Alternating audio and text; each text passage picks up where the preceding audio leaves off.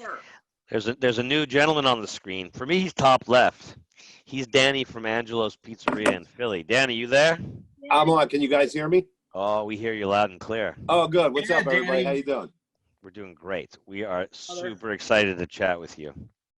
I feel bad. I missed you last night, Doug. But I'm sorry. I was in a, well, no Come on, no. Tell us where you were. Come on, we're not holding. You can't hold back after Chris Bianco did that. I got into an online poker tournament at 4 in the afternoon, and it didn't end until about 11 o'clock, and I came in second place. But did you lose money or did you win? No, I won grocery money for the next 3 weeks, so we're good. I've been closed going on my third week, so there you go. Income with I'll take a little bit of income right now. Yeah, a little bit of income is good. And I got a nice little glass of you can't even say it, but I got a nice scotch? little glass of scotch. Yeah.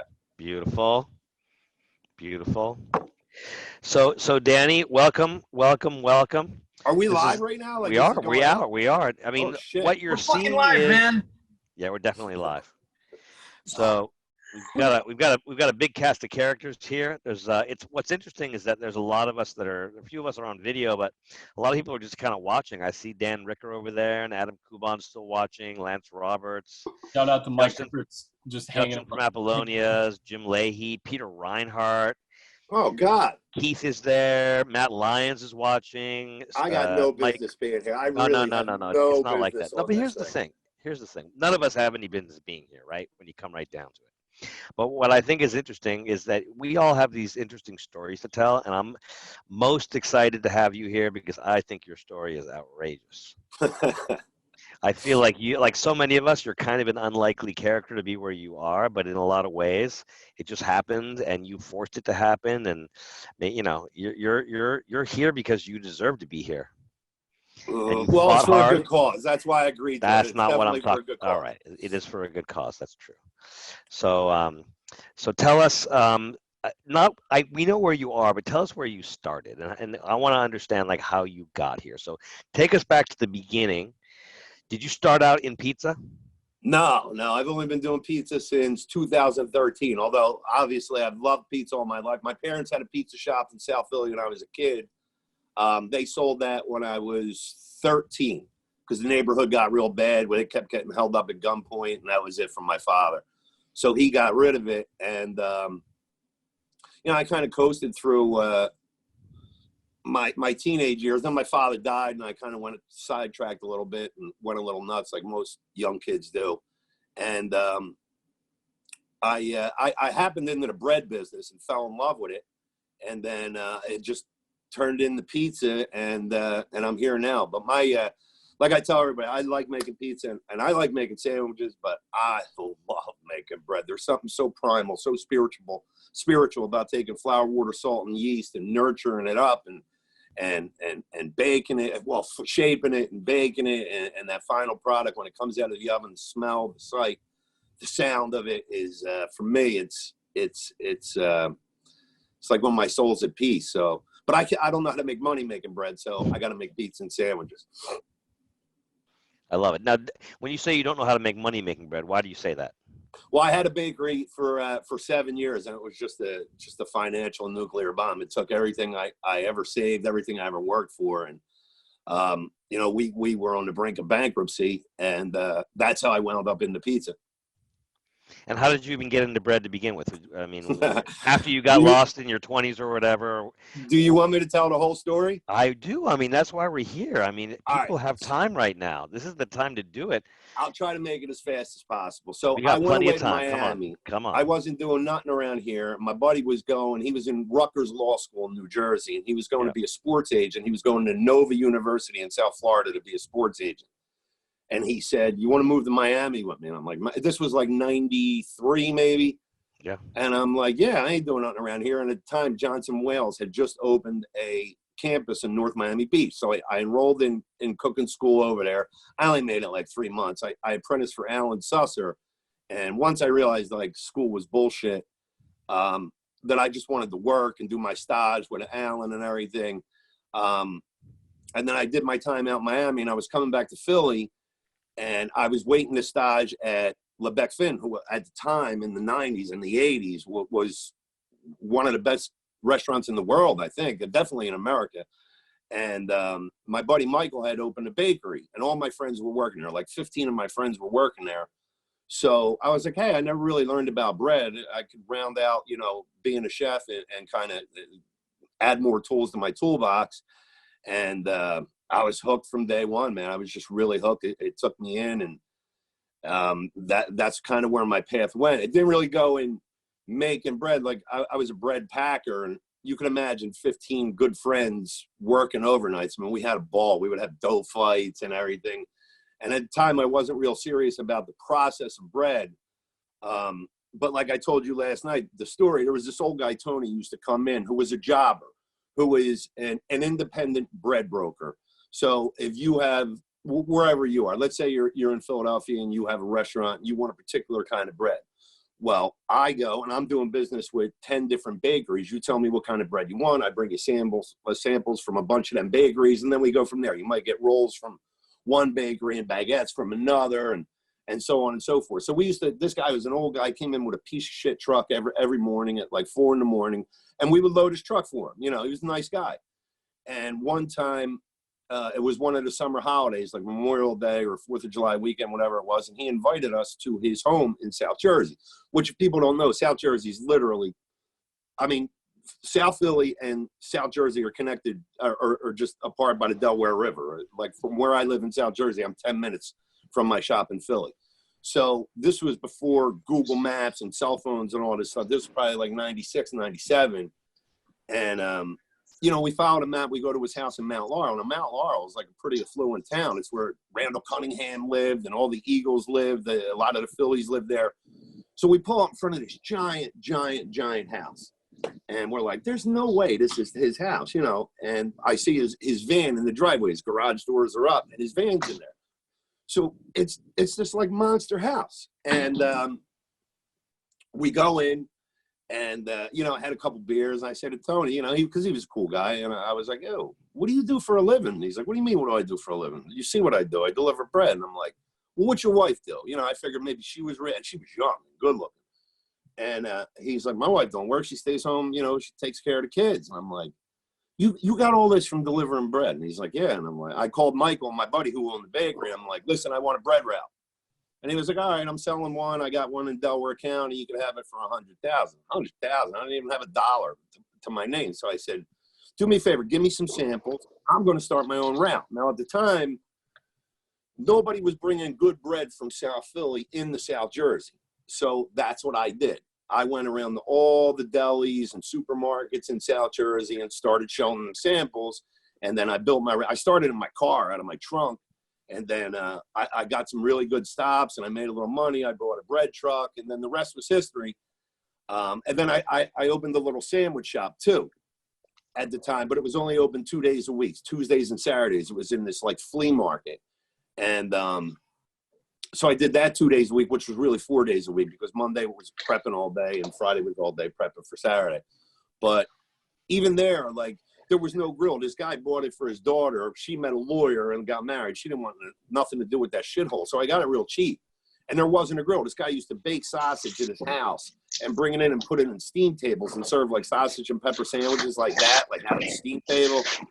I said, no way. I want to put a grill in. And like this is a big point I like to get across to people is like, the more people think you're crazy or they call you crazy or tell you your idea is stupid, the more you should know you're on the right track, because I try not to take advice from anybody who never had the balls to put their name above a sign and open themselves up to criticism. So for the most part, if anybody gets anything out of this from me today, it would be just trust your gut. Believe in what you do and what you can do and what you believe in, and you'll be fine. Don't listen to the people who sit on their fucking couch all day or they're in a shit job and they want to bring you down. Don't listen to them. They have no idea. So if I can get anything across today, I hope I get that across.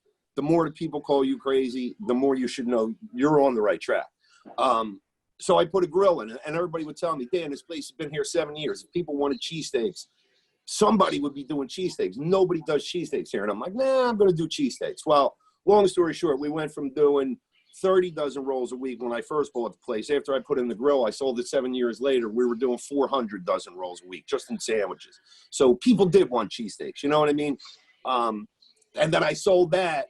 and bought a bakery. And that was the financial nuclear bomb. That's like a 10-year span of my life right there, to where, you know, I was doing really well. And I bought the bakery, and like I went from a jobber one day to owner of a bakery the next, with really never really baking bread on a commercial level. And my bread was good. I learned a lot. And this was before YouTube and all that shit. Like I bought Raymond Carvalho's book, and that was like my Bible. I dove into that. And at the time, even people called me crazy for that. They spent 200 hours on a fucking book. And I'm like, well, yeah, I did. I spent 200 hours on a book, you know? And then the bakery was a disaster. And my wife is a Sarcone, who they're famous. They've been baking bread for 100 years on the block that my shop's on. So my wife was like, yo, I don't understand. Like, we own a bakery. Where's the closet full of shoeboxes full of $100 bills? And I'm like, there ain't no $100 bills. We ain't got shit. So it was a tough time. Oh, go ahead. I'm sorry. Am I rambling? No, keep going. Oh. You're not rambling at all. It's beautiful. I'm sure many men. I'm into it, dude. I'm into it, man. Listen, you know, as a man, there's no worse feeling to not be able to put food on your family's table. So I would just work. Like, I literally worked 24 hours a day. I'd sleep on flour bags. I wouldn't see my wife for days, if not weeks at a time, because I had a saying, I make it, bake it, and take it, which means I went in at night, mixed all the doughs, ran all the doughs, baked all the bread, and then delivered it all. You know what I mean? So that was like a 14, 15-hour day right there. Delivered it all. You know what I mean? So that was like it was a tough time. So when my wife got pregnant with our second kid, Angelo, she said, yo, you know, you ruined our lives. I'm not going to let you ruin these babies' lives. Like, figure out a way to make money, whether it means get rid of that baker. Because everybody kind of knew I was a dead man walking, but me. Like, I had never failed at anything in my life. Everything I ever did, not to sound bodacious or anything, not like that at all, but I mean, everything I ever did, it worked. And this was the first time to where, man, it was just a fucking failure on every level. Like, I got in trouble with the IRS, with the state. I owed so many people money, not because I gambled or did drugs or anything. I just couldn't pay my bills. Like, I always paid my employees first. That was the first thing that I paid. And then after that, I would try to pay bills. And then after that, there was nothing left for me and my wife and my kids. So I rented the bakery to a couple of the Mexican guys that worked for me, but they saw what I went through in bread and didn't want nothing to do with bread. They wanted to make it into a Mexican like panaderia with conchas and all that good stuff. So I kept all my bread customers. I went back on my truck. I bought bread off my wife's grandfather, Mr. Sarcone. And, you know, my wife said, just wait a year before you do anything stupid, because I always got shit going on in my head. I can't. So I was delivering bread in this little town, Haddonfield, New Jersey, which is another affluent town. All the Flyers live there, Paul Holmgren, like all of them. Danny Briere still lives there, and Keith Primo. So I was delivering to two restaurants in Haddonfield, New Jersey, and in between them two restaurants was this boarded up pizzeria that was for sale, right? And so I stop and I look in the window, and it's a shithole, you know, and it's typical, you know, it's got the Italian flag as the awning, and it's got the, you know, everything's flags and all that stuff. But everything was in there. The oven it was a shitbox oven. It wasn't even a Baker's Pride. It was an Atias oven, which is like a rip-off of a Baker's Pride, I think. But it had the oven, hood, mixer. It had a Hobart 80-quart mixer. It had the grill, all the exhaust going, like all the big money stuff was there. It just needed a little cleaning and elbow grease and tender love and care. So I called the dude, well, the number of the realtor, and I'm like, yo, how much does this guy want to rent it for? He goes, oh, no, he ain't renting it. You could see it's all boarded up. We had to evict the last guy that was in there. He don't want to be a landlord no more. He just wants to sell it, blah, blah, blah. I said, well, how much? He said, well, for the whole building, it's $500,000. Again, I don't have two nickels to rub together. So, all right, take care, you know. So every day I passed by this place, nothing's going on for like 2 months. There was an old Mrs. Claus. Like they must have closed him up around Christmas time. So there was like a Mrs. Claus in the window. And it was still there. Nothing was going on. So I called him back again. I'm like, yo, man, I'm no real estate tycoon, or I'm not even a businessman, but it would be way more attractive to me if I was going to invest in a building if there was a paying tenant in it, you know. So he's like, you know, that's a good idea. I'm like, well, it's not really a good idea. It's just common sense. So he gets back to me and he's like, all right, the guy wants, you know, once you sign a 5-year lease for X amount a month, bing, bang, boom. I said, all right, so now this is like 4 months into me promising my wife I wouldn't do anything stupid. So I go home, I put her, both my kids, my son's just an infant at the time. I put them all in the truck. I don't even say where we're going. I go and I pull up in front of this shithole. And I'm waiting for her to freak out because my wife's a maniac. And she's like, she said, quote, "What the fuck do you know about pizza?" And I was like, I don't know much about pizza, but I know a lot about bread. And there's basically bread with tomatoes and cheese on top. I'll do it like we do good baguettes. I'll use a pouliche. We'll cook food the way we wish people cooked it for us. I'll use your grandfather's bread. I'll find the best meat I can for cheesesteaks. And what do we got to lose? It's $5,000, And to my surprise, she was like, all right, go for it. And we did. And we opened up. And I never advertised. I still, to this day, have never spent a penny in advertising or anything like that. I just opened a couple social media accounts and gave people behind the scenes look at what we do, slicing the meat. We don't even have freezers. And to this day, we don't have a freezer. We do. I mean, my menu has grown extensively, but we don't have freezers. We do everything fresh. We butcher our own meats. We don't really have anything in cans other than tomatoes. Like we chop fresh mushrooms every day. We do it all. And, guys would come in to the Haddonfield shop at first. And at first it was just me and my wife. I would do all the cooking because really nobody knew about it. So I would throw pizza in the oven. If somebody's getting cheesesteaks, I'd jump 5 feet down the line, make cheesesteaks, check on my pizza. And I remember one time this guy comes in and he walks in and he's like, I wish you the best of luck. I've been in this town like 50 years and nothing's ever worked here.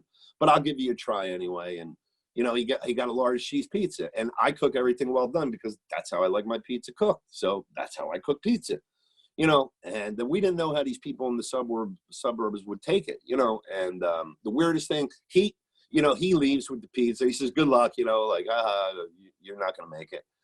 And then like a half hour later, the phone rings and it's that dude. And he's like, yo, can I talk to the guy that made the pizza? And I'm like, hey, what's up? And I'm waiting for him to say, yo, you burnt my pizza. He's like, yo, I got to tell you, that was the best goddamn pizza I ever ate in my life. And I'm like, oh shit. All right. So then it started happening again where people would pick up and then they would call back and say like, yo, that was a really good cheesesteak or that was a really good pizza. Me and my wife would laugh. Like, I go out to eat. Well, I used to go out to eat all the time. I don't anymore. All I do is work. But, if I like something, I just go back. I don't think to call the chef or call the owner and be like, yo, that was good. But I think from the beginning, we kind of had a connection with the people to come in because, like, my whole thing is, first and foremost, before anything, whether you get a pizza or a sandwich from me. Now, it might not be for you, right? It might be too much sauce, not enough sauce. It might be too well done. It might not be cooked enough. Same with the sandwich. There might be too much cheese, not enough cheese. But the first visceral reaction I want you to have when you unwrap a sandwich or you lift open that pizza box, before you smell it, before you taste it, anything, I want you to realize that, oh, fuck, this guy really cares. You know what I mean? Like, this guy really cares. This ain't just a money grab. Because a lot of times you'll see a menu will come in the mailbox and it'll be like, oh, this new place that opened up. And it's like chicken cutlet Italiano. And you say, guess what? I can go for a cutlet Italian, right? And for those of you who don't know, a cutlet Italian will be chicken cutlet with sharp provolone and broccoli rabe and roasted peppers or long hots, whatever. And when it comes to it, they're using fucking canned roasted peppers and the broccoli rabe's that frozen brown shit. They ain't even the fresh Andy Boy stuff. And the chicken cutlets certainly ain't homemade. They're fucking frozen chicken patties. So it's like, come on, man, you didn't even give a shit about this. Like, at no point during the process of you making the sandwich or coming up to put the sandwich on your menu did you give a fuck. This is just a money grab. So, okay, you got $10 off me now. You'll never get nothing off me again. So that was our whole thing when we opened. Like, when you come into my shop, like, I'm cooking for you like I would cook for you if you came to my house. You know what I mean? Because I couldn't live with myself if I was just using cheap shit and frozen shit. And that's why our menu is limited. Like, we don't have any broccoli bites and mozzarella sticks. And, well, we used to make our own mozzarella sticks, but we got too busy. But, like, I don't do that. It's just not what I do. So I like to do everything fresh. I like it so that when you come in here, and no, I told you the story last night. Right before we closed, there was this older Italian lady in my shop. And she got a sausage scallopine sandwich. And I could feel her wanting to talk to me, So the girl comes to the counter is like, Dan, this lady wants to talk to you. So I go over and I'm like, hey, how you doing? What's up? And she's like a 55, 60-year-old. I don't want to offend her, but, she's probably between 50 and 60, South Philly Italian lady. And she was like, oh my God, you know, and I was like, oh shit. She's like, I just had your scalpine. It brought me back to my grandmother's house 40 years ago, to her kitchen. And I'm like, you're what it's all about. You know what I mean? So my whole thing was, circling back to going broke with the bakery, was at the time, it was terrible. And again, if any man's been in that position, to not be able to put food on your family's table is a very, very tough thing to swallow. It's shameful. You feel shame. You feel, you know, it's not a good feeling. So that taught me at the time, while going broke was terrible, it was awful, it's probably the best thing that ever happened to me, because it made me realize that I really don't need a lot of money. Like, all my life before that was like, how much money can I make? How much money can I make? How much money can I make? How much money can I make? And it was never enough money, no matter what I made. But going broke taught me, and moving the Haddonfield into pizza, and where we kind of evolved to was, fuck the money. You know what I mean? Like, I'm not stupid. I say fuck the money. Of course I got to make money. I got a wife. I got kids. I got bills.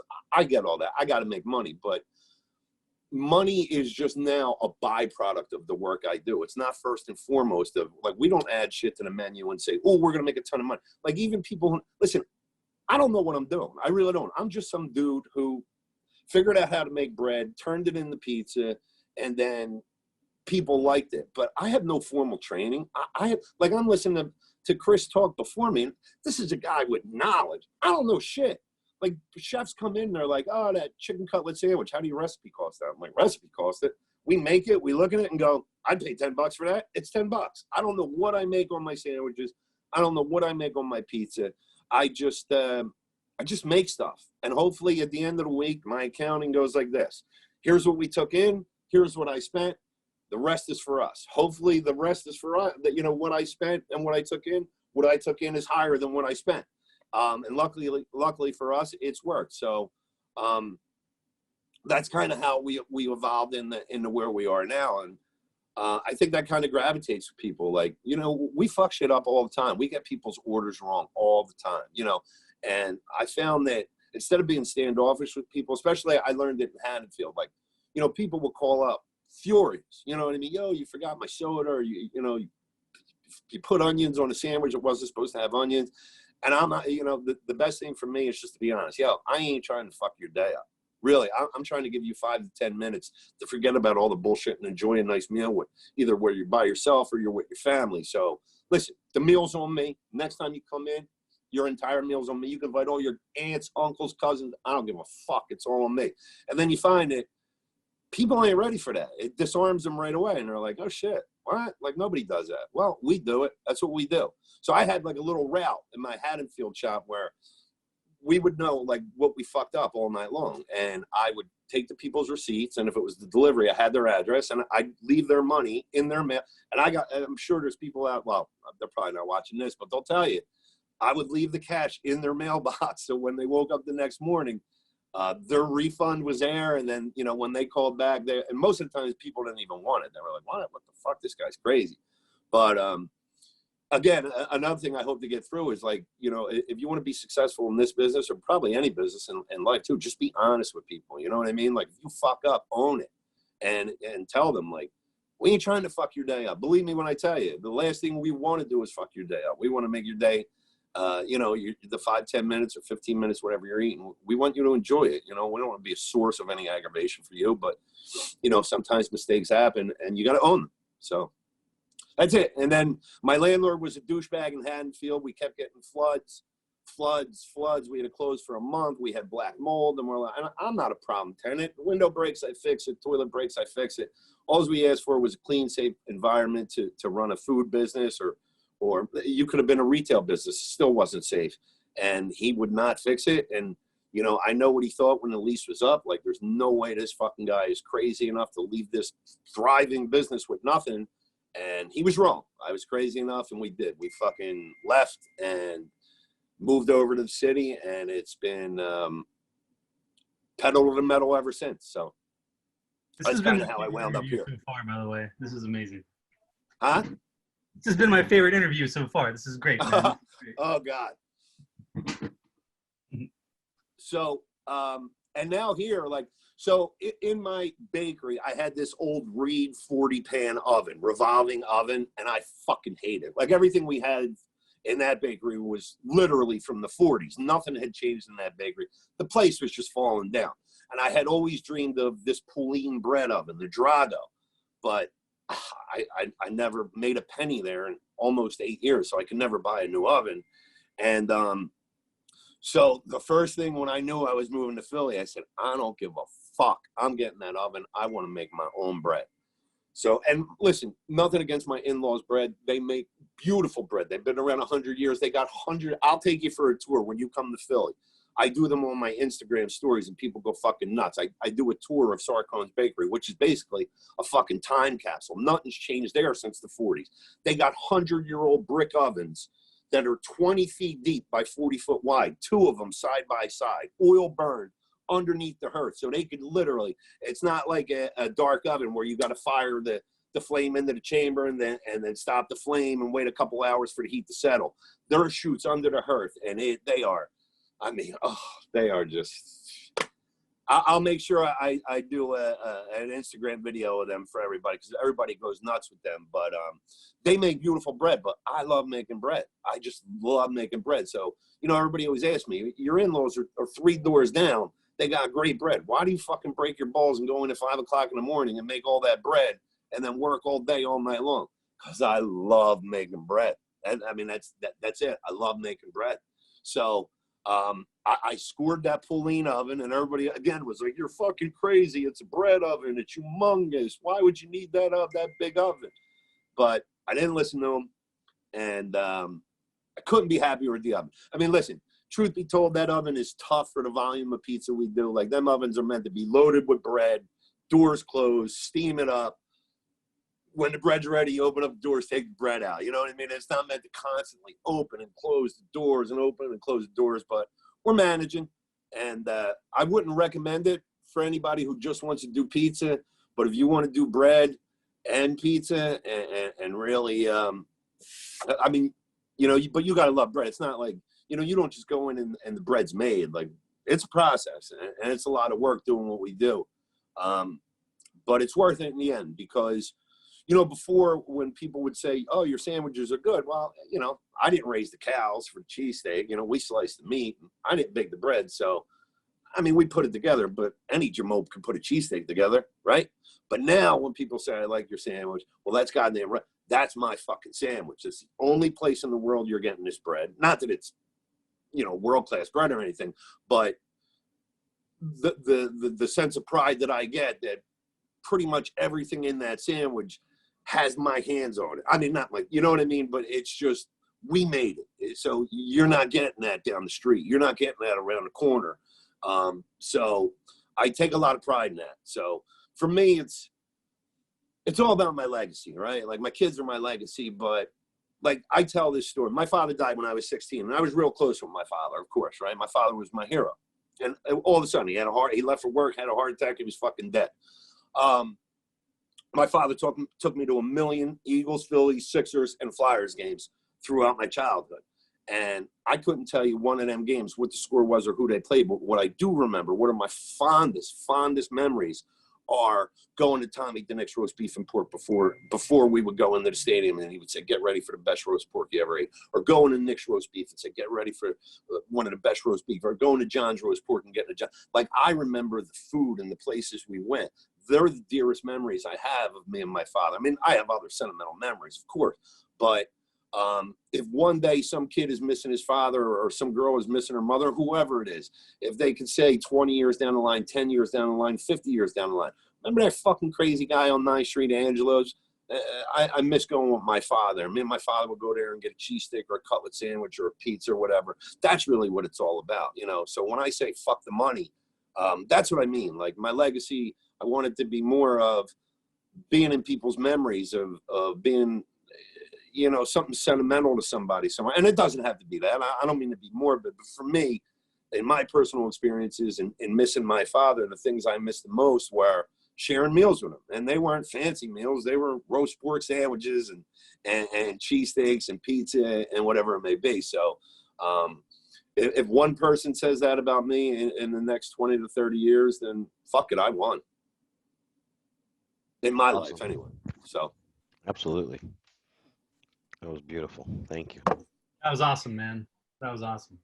So, I mean, one of the reasons that I like hearing people like you, I feel like a lot of people who are thinking about making a move on pizza or bread or something, they think it's got to be done a certain way, right? No, listen, right? If you're waiting for the perfect time, you're going to be waiting forever. Just go in and do it. Whatever it is, whether it's pizza, whether it's sandwiches, whether it's fucking mowing lawns. If you're waiting for the right time, it's never going to be a right time. So just jump in and do it. Just do it. You'll figure it out. I figured it out. I know a million people that figured it out. Whatever they did. Some of the most successful pizza people I know, pizza and in any other business, are people that jumped in and figured it out. But they all have one thing in common.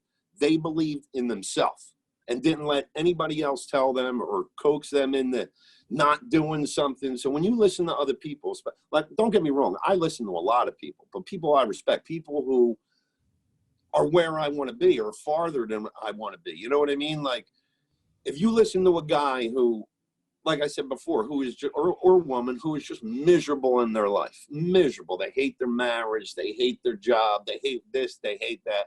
They're toxic. Cut them out of your life. They ain't doing you no good. You want to be around people who lift you up. So if somebody hasn't done what you're wanting to do, don't listen to them. That's another piece of my advice. Don't listen to them. Where do you think you got that from? Were you born with that, or did you learn that?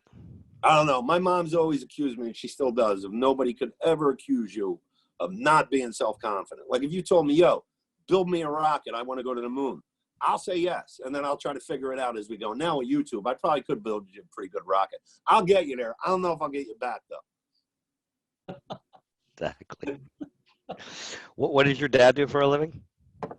Well, we had the pizza shop, and he also worked for United News, who at the time was a distributor of magazines and newspapers throughout the tri-state area. So they delivered all the magazines to 7-Eleven and the supermarkets and all that shit. He worked, he started as a truck driver, and when he died, he was the vice president of distribution. So he worked his way up, my father. He's a hardworking guy. I mean, he worked himself to death, kind of like what I do. So, like my wife always says, congratulations. You're going to be the richest man in the cemetery. But it's not about money. But she knows. I mean, it's a joke because she worries about me. I'm the same age my father was when he died now. It's not about money. It's just that I don't want to let anybody down at all, ever, when it comes to my food or my business. Like, you know, I'm sure you guys could all attest to it. You could read I don't even look at Yelp or Google or anything. I haven't in 5 years, because no matter how many good ones you get, the one that sticks with me is the bad one. And that's the one that drives me crazy. So I try not to look at that stuff and stay focused on what I do. And like I said, own up to whatever we do wrong. That's my biggest thing. So I probably got my father's work ethic. I probably got my mother's too. My mother's a workaholic. She's 75 years old. She still works a full-time job. Goes into Center City every day as the head of accounting of a humongous law firm. Like, she can't retire. We're workers in my family. That's what we do. We work. So. What do you think you'd be doing if you weren't doing what you are? Would you working for your wife's family? Would you be in their bakery, or do you have to do it your way? Yeah, I can't work for anybody. Yeah. I can't. I mean, I could have. I mean, I don't even know if the money was right. I mean, yeah, I could help them out, but I always got to be working for myself. I can't. I had a problem with authority my whole life. I don't like anybody thinking they can tell me what to do or have any kind of think they have authority to tell me what to do. So I whatever I do, it's going to have to be me. Got it. You know, I saw some of your, you know how when you're on Instagram and you're searching for stuff, they give you like photos of stuff for whatever reason. They're like, oh, you're going to like this. So I saw a picture of a piece of yours, and I clicked on it, and I was like, oh, that looks pretty good. Looked on your feed, and you had just done some post where you're like, I'm closing. I can't get a new spiral mixer in this place, so I'm closed till I get one. I was like, what? What kind of pizza guy? Yeah, I caught a lot of shit for that. Can't get a spiral. No, but I was impressed. I followed you right there because I was like, I want to see what this. I mean, I love a spiral mixer. I see Brian Spangler over there. He's watching too. He's a spiral mixer guy, right? Hi, Brian.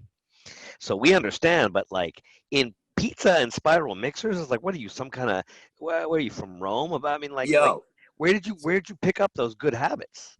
Well, and pouliche, I mean, Brian Spangler probably uses a pouliche.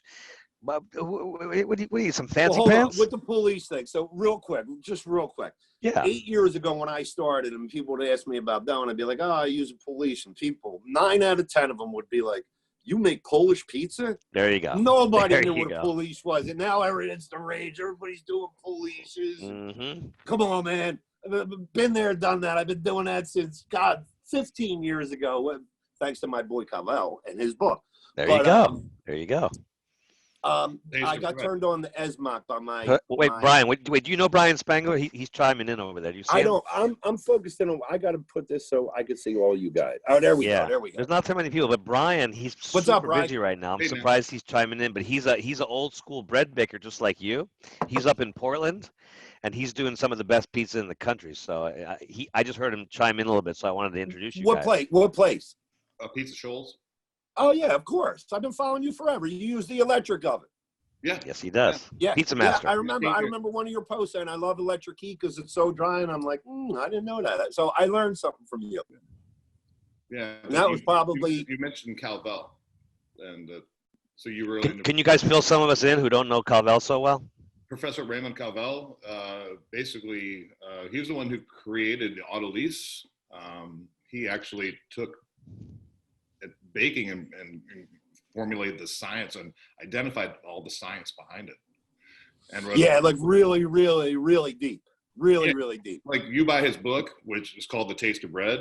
It's not for your average person because it's all technical. It's not about pretty pictures. It's not like food porn. But it talks about all the chemical reactions that are taking place, and then also development, how your development times, depending on mixers and the different variable mixers. Just everything. Yeah, everything. It opened my eyes into a world of bacon. Like science, I mean, bacon is science, it's art, it's a mixture of everything in there. That was an amazing book. And it was hard to find because it had only been in French text for a long time. Right. And then 16 years ago was finally translated into English, and it's not a cheap book. It's about $100. When I bought it, it was like $200. I heard they're going for like $300 now. Oh wow! And like I was saying in the beginning, there was people who'd be like, "You spent $200 on a book? You're an idiot." I'm like, "Yeah, you're an idiot. Shut up." You know what I mean? Well worth it. Yeah, I was training with Didier Rosada at the San Francisco Baking Institute, and he was the one that handed me that book. He's like, "You better buy this." And I was like, "Okay." Yeah, it was big for me. It really helped me out. I still reference it a lot. Oh yeah, absolutely. You know, if you don't use it, you lose it. You know, it's always good to go back and refresh your memories. You know, absolutely. Like baker's math. If you haven't done it in a while, you better just get back on the pad of paper and start practicing it, because there's little things about when you're including pre-ferments and everything, and a lot of people forget about the mathematical equations of all that. Yeah, it's good to just keep going back to it and looking at it. I love it. Well, I'm a big fan of yours. I've been following you for a very, very long time. Well, long time. Thank you very much. I can't wait to get out to Philly and check out your shop. We've been closed for 3 weeks now. I am going crazy. Wow. I am going crazy. I'm the opposite. Today's my first day off in probably 3 weeks, and I've been working 16-hour days, going from mostly dine-in restaurant to now fully takeout restaurant, and all the supply chain issues of getting all the stuff in-house to transition that, and training staff and servers that used to be servers are now, they have a different role. So, but we've sold out every night. We're actually doing, we're selling more pizzas now than we did before. Oh, good for you. Congratulations. Well, I mean, under the times, I don't mean to say, but you know what I mean. Yeah. Good for you. Yeah, thank you. Yeah, wow. It's unbelievable. So, Brian, I'm just curious, listening to Danny talk, I mean, he definitely, like, you know, he figured out his own path and broke a lot of rules and ended up where he wanted to be. How about you? Does that resonate with how you got where you are? Very much so. Very similar sentiment there. You know, I started baking 35 years ago, and then about 21 years ago, I started my own bakery. I was inspired by Alan Scott and Chad Robertson to get back into baking. And I lived with Alan Scott for a couple months, and I didn't have much money, but I had the fortitude. So I came back from living with Alan Scott for a couple of months and baking with a baker in Santa Rosa. Built my bakery from hand, built the whole thing by myself, and then started going for it. And I learned a lot, not having that much, so it was me, a pack of matches, and a hatchet, and a brick oven that I had built with no mixer. And then quickly got really, after almost 4 years of that, being by myself out in the bakery, I got really lonely and started doing pizza parties on Sunday night because I couldn't leave the bakery because we were sourdough and I had to fire the oven. So the only way I had any sort of like social interaction was by inviting people from the farmers market and what have you to come over for just a open standing invitation pizza party. And then I quickly realized I got good at it, better at it. And I saw I knew from the restaurant industry that I'd been in for so long that if I sold some salads and some beer and wine and what have you, that in the end it would actually, I'd have some social interaction, and I would actually be making more money because there's not a whole lot of money in making loaves of bread. Did people say you were crazy, like with Danny? Did they tell him that tell you you're doing something wrong, or I think do this or do that?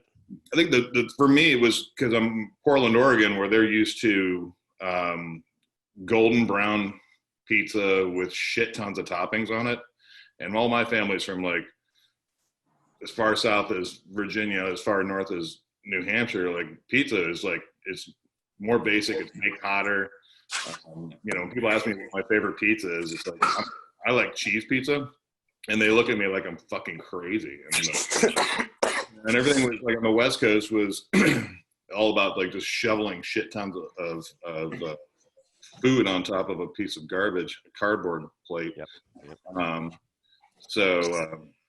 Yeah, the early on it was more so trying to. I got a lot of people would say you're burning your pizzas. There's not enough toppings. You're too expensive. Just the list went on and on. So, but now now people expect char. They're people are doing upskirt shots and evaluating the char ratios and shit. So, but it was a different world when I started 16 years ago, for sure. Yeah. I took one for the team. It's awesome.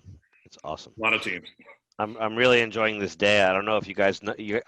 Brian, you do. You know Keith from Emilia's in Berkeley, but he's. Oh yeah, is he here? Matt. Is he here? He's actually here. I'll bet you he's listening. He's probably making dough. Right. There he is, right there. He has a modem that he probably built in 1978, and so it's gonna get ugly when he has to the speak. Nice shirt you got there. I gotta switch that. We're calling Keith's contribution to today too small to fail. Because Keith, Danny, you know Keith, he's a one-man show in Berkeley. He does everything. He takes the orders, he stretches the dough, he tops the pizzas, he bakes them. What's the name of the place? Emilia's. Oh yeah, I know it. I mean, I've never been there, but I know of it. It's monumental. It's awesome. Keith, did people tell you were crazy?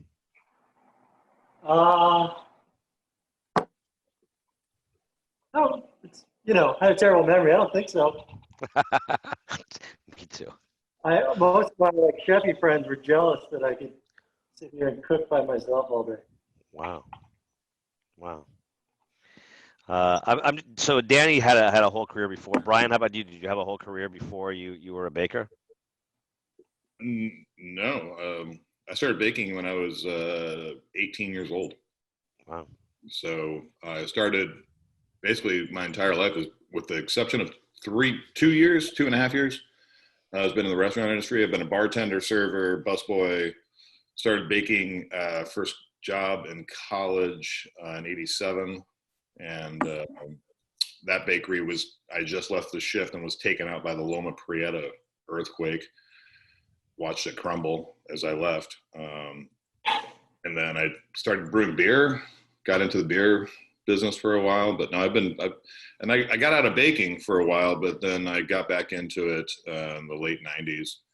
Read that article about Chad Robertson, what he was doing up in Point Reyes Station. I got really inspired. I was like, man, if I'm going to do it, I'm going to do it right, you know, because I love making bread. I love bringing everything to life, but I really wanted to get like away from all the commercial level processes that I've been trained on. And you know, what I did get early on was the production schedule, information and training. What I didn't get was the information of how to do it better. You know, a lot of the bakeries that I was working at was just like, fill the bucket to this level, you know? Yeah. The way they did their starter was just like, oh, take this amount out and throw that amount in and just let it sit out, you know, just all sorts of crazy shit. But I knew there was a better way. Not, you know, I don't want to be judgmental or whatever. I was just like, I wanted to get back to the roots of, you know, doing it organically without a mixer, wood-fired oven, you know, kind of like retraining my brain and learning more, failing more and learning more. I think failure is the biggest teacher you have.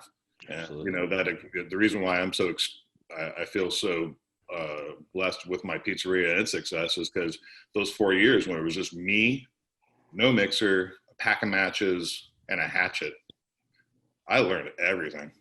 You know, I was like MacGyvering every fucking moment, you know, and I failed a lot. Any drugs or alcohol involved? Fuck yeah. Yeah. Lots of speed metal too. I would listen to Slayer all day long. Yeah, but you know, it was funny. I was working so hard on my feet for 16 hours a day that, yeah, beer went through you like quick. No stimulants, just drink. I drank a lot of beer back then. I had a kegerator in the fucking bakery. Nice. Just for you. I had some liquid bread in the bakery while I was making bread. Yeah. Wow. This is to you, Brian. Fuck nice. Yeah. I'm drinking wine now. I'm too old for beer. Oh, Since we got a couple breadheads in here, does anybody know Craig Ponsford? I'm great friends. I've known Craig for 20 years. Well, I'll tell you a funny story. Craig has my cats. We flew them fuckers out to out to California because one day my kids woke up and were allergic to cats. So I put it out on Facebook. I was on Facebook at the time. We didn't want to just give them away to anybody. So I said, listen, my cats, we love these cats. They need a great home. He reaches out to me. We'll take them. So we went through back and forth how we were going to get them there, and we did. We flew my cats out to him in, I believe it was San Francisco, right? That airport? Well, you were just moving to San Francisco, but he lives in San Rafael. He stopped sending me pictures of my cats. Tell him that when you talk to him, send me a couple pictures. My kids are breaking my balls. I'll do it. All right, good. Yeah, no, he's a great guy. He is. Terrific guy. When I was living with Alan Scott, I lived with Craig for a little bit too. We became really good friends right out of the gate. He's like the first guy to go to the Coupe du Monde Boulangerie and win gold. Damn. United States. Yeah. Yeah, he was Mr. Ciabatta, Mr. Baguette. He nobody knows that stuff better than the United States and Craig Ponsford, guaranteed. Well, tell him to send me some pictures of his cats. My kids are breaking my balls. For sure. Sure. Whoa! Oh my God! I just broke my daughter's seat. Everybody's got a blue screen. How do I get a blue screen? They all have green screens. I think blue screens are green screens, right? No, it just you read your background. You can choose a different background if you want. Yeah, you were too busy to make it while you're in it. You were too busy to make it for the tour. We taught everybody how to do backgrounds this week, Brian. Sorry. Oh, you got my poster of Jaws. That's what you fucking get. That's cool. Brian, are you one of these old guys who can't figure out your edit my home screen button? Here, watch. Next time, technically, the pizza party is starting now. The interview phase is over. So, listen, bottom left, there's a stop video button. There's a little triangle to the right of the stop video button. They kept kicking me out. The choose virtual background is not going to kick you out. Choose the virtual background. Down on the bottom left, there's a little triangle to the right of the stop video button. Okay. We're getting this on video. There it is. Brian Spangler used to choose the virtual learns to choose a virtual background. That's what you get for a 51-year-old fucking. That's all right. We're getting this on tape. This is awesome. And if you can't figure it out, Justin Dre is going to do an interpretive dance to help you. Well, I'm over There's virtual background. Picture of weed. Oh yeah, I got you, bro. I got you. Oh, you can pick anything. Cool. I'll pick anything, right? Yeah, I got some bread. How do I get back? How do I get back? Go back to where you were. Danny, that's awesome. And I don't know how to do that. that was great. Oh, So wait a go minute. back. There you go. Oh, there we go. There we go. There we go. Hey, Danny, can I just say something to you, man? There's a lot of people that don't like to put like their personality on their business. I appreciate your Instagram and you putting your personality and your political opinions on your Instagram. Fuck Well, yeah, I dude. think I'm not a Democrat or a Republican. I think they're all full of shit equally. Yeah, agreed. Yes. You've come to the right And when place. people ask me all the time, like, who does your Instagram? I'm like, what do you mean who does it? I do it. And they're like, well, how do you do it? I'm like, I point the camera and whatever's going on, we film it and that's it. There's no That's it. there's no method to it. There's no strategy. We try to show you the good and the bad. Like a lot of people say, and I'm sure you guys get it all the time. Oh my God, you got it made. And I'm like, I got it made. I work 18 fucking hours a day. I haven't seen my family in 3 months. I got no life. Explain to me how I got it made again. Like this shit don't just prep itself. We don't show up, open the door, turn on the lights, and everything's ready to go. This is fucking work. This is a lot of work.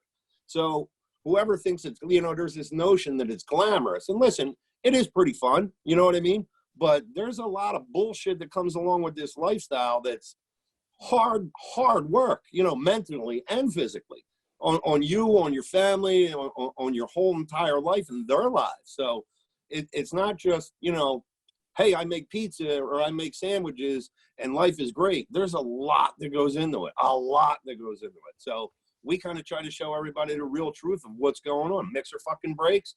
Hey, mixer's broke. You got to figure out something or you ain't doing pizza today, So I think our biggest thing with Instagram is we're honest. And I got some characters in my shop. I got to hand it to them.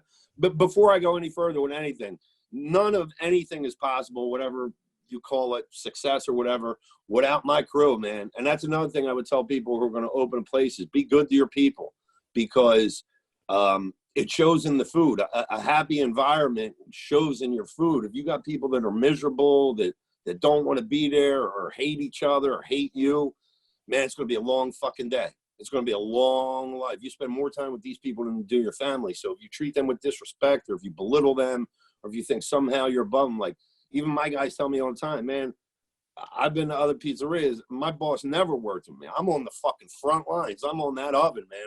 I'm with them. I mean, every now and then I'll take a break because I'm old and I'll go upstairs and wash my face or take a shower. But for the most part, I'm there with them, prepping, cooking, and that goes a long way with people. They see you're in it with them. And don't be cheap. People ain't dumb. They know when you're making money. They can count and say, damn, I made a lot of sandwiches today, or I made a lot of pizzas today, and this guy's only paying me fucking $10 an hour. Listen, my whole motto is, and it's always been, if I'm making money, I want everybody to make money. I want everybody. It's hard to stand in front of a fucking grill and make sandwiches for 10, 12 hours a day. There's days, I tell them, yous are crazy. I got to be here. If I was yous, I would never come to fucking here. But, you got to be fair with your people. You want them to live good lives. You want their families to live good lives. So, another piece of advice I would say is you don't have to try to squeeze everything out of everybody. Share it and makes for a better environment for everybody, for you, for your employees, and the people, your customers, because it shows. There's places where you could just say, I go into places and everybody looks miserable. And I'm like, ooh, I couldn't work here. This place looks like a fucking pain in the ass. So, people ain't dumb, especially employees. And I don't do it because they ain't dumb. I do it because I feel like in my heart, it's the right thing to do. Without them, none of this is possible. None of it. Except for at Emilia, he's doing everything by himself. But for the most part, when you get a little busier and you get a little more successful, you've got to rely on people. And I try to make sure they're happy.